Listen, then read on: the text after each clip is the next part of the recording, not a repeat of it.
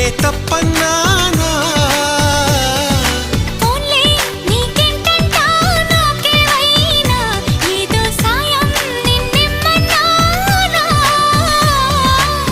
వలపంటే నిప్పు లాంటిది కలకాలం దాచలేనిది సలహా విని ఒప్పుకోవే ఇక